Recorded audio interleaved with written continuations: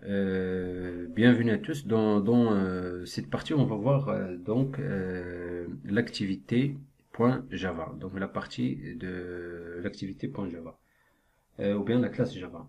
Maintenant, pensez à une activité comme un écran. Donc, si vous faites par exemple une application pour votre page web, vous pourriez, comme j'ai dit, je crois que j'ai mentionné la dernière fois, si vous voulez créer une application pour votre page web, vous pourriez avoir une activité pour votre page d'accueil, une autre pour à propos et une autre pour contact. Donc chaque écran a à peu près une interface graphique d'utilisation, donc une interface graphique dans laquelle l'utilisateur il réagit. Donc c'est la conception, ici on parle de la conception, et c'est dans le fichier XML qu'on fait ça. Et l'intelligence de cet écran, c'est la classe Java. Donc l'intelligence de cet écran, ou bien cette activité, c'est une classe Java. Euh, donc ici, jamais vous voulez faire une autre activité, vous devez créer une nouvelle classe avec le nouveau nom, avec un nouveau nom et un nouveau fichier XML. Donc c'est assez simple. Donc voilà pour comprendre un aperçu basique de ce qui est une activité.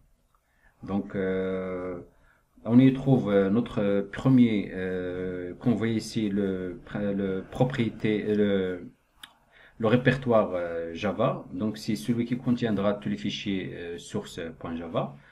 Donc on a ici le package com.oricatech.apptest. Ça c'est en fonction de ce que vous avez mis comme nom. Donc ici, il déclare que notre programme, il se situe dans le package. Donc ici, notre programme il se situe dans notre package com.oricatech.apptest. Donc ici, c'est ici le package com.oricatech. Donc ici, notre programme, il se situe dans ce package. Ici, on importe des classes. Donc ici, on importe des classes. Donc ici, app.compat activité et la classe bundle, donc qui se trouve dans deux packages différentes. Donc ici on a le package support et ici le package OS, donc Android support, Android OS.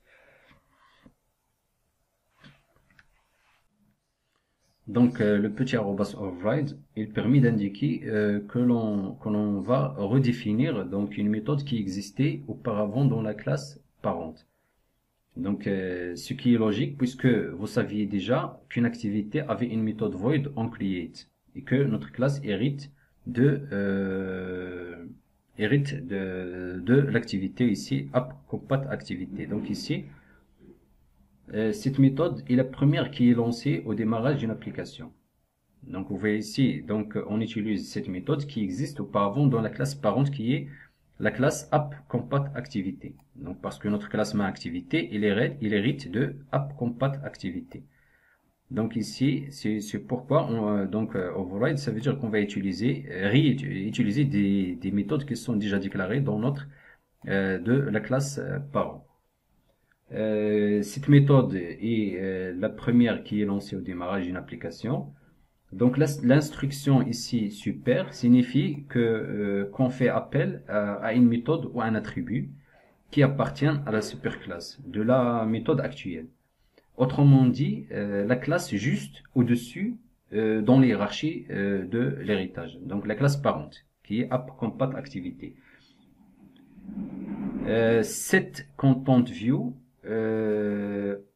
ici on a les ressources R, donc .layout, .activité main. Donc ici cette content view R, donc elle correspond à ressources.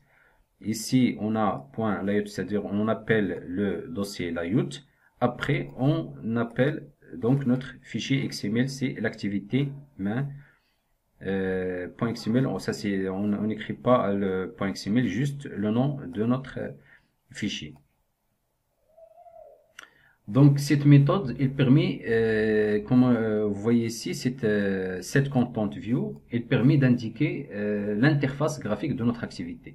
Donc ici, on fait appel ou bien l'interface graphique de notre activité.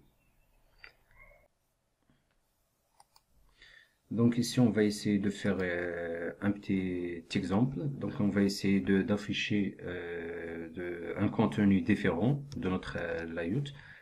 Donc ici, pour voir, donc on va essayer de faire donc text view. Donc on va appeler text view. On va instancier un objet texte de type text view, new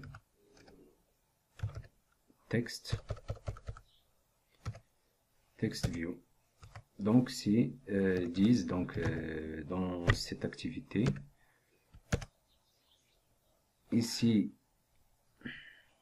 texte, on va faire point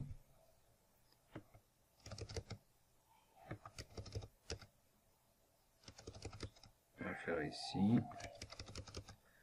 donc texte point set texte.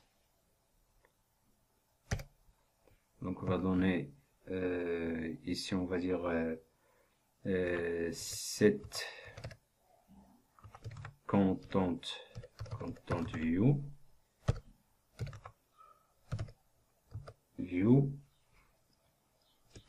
permet, c'est une méthode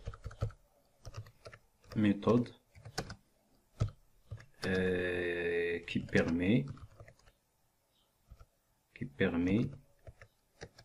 d'indiquer l'interface graphique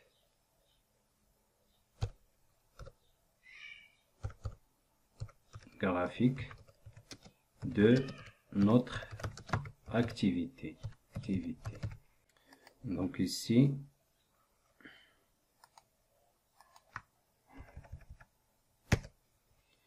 et on fait set, on appelle notre méthode setContentView et on lui donne texte, notre variable texte.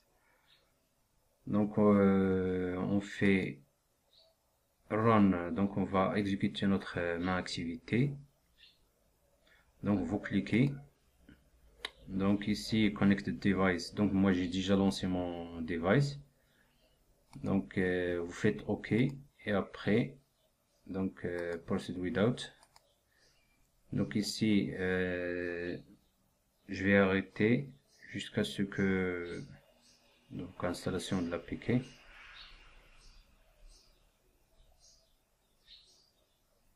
Donc je vais mettre pause. Donc voilà, lancement de l'application. Voilà notre site setContentView méthode qui permet d'indiquer l'interface graphique de votre activité. Donc là c'est juste un exemple donc pour vous montrer donc la méthode setContentView. Et juste oui une chose donc je crois que on n'a pas fait attention. Donc ici quand je vais refaire, donc ici par exemple quand je vous écrivais par exemple le text view, vous voyez que on a et que il montre que ou bien il affiche que comme quoi on a un problème. Donc vous voyez ici, donc il demande que d'importer le package android.widget.textView. Donc il suffit de taper alt entrée. Donc ici si on fait par exemple texte point, on appelle notre set texte. Donc vous voyez, donc vous faites alt entrée. Et ici on a l'import de notre package widget, donc la classe TextView.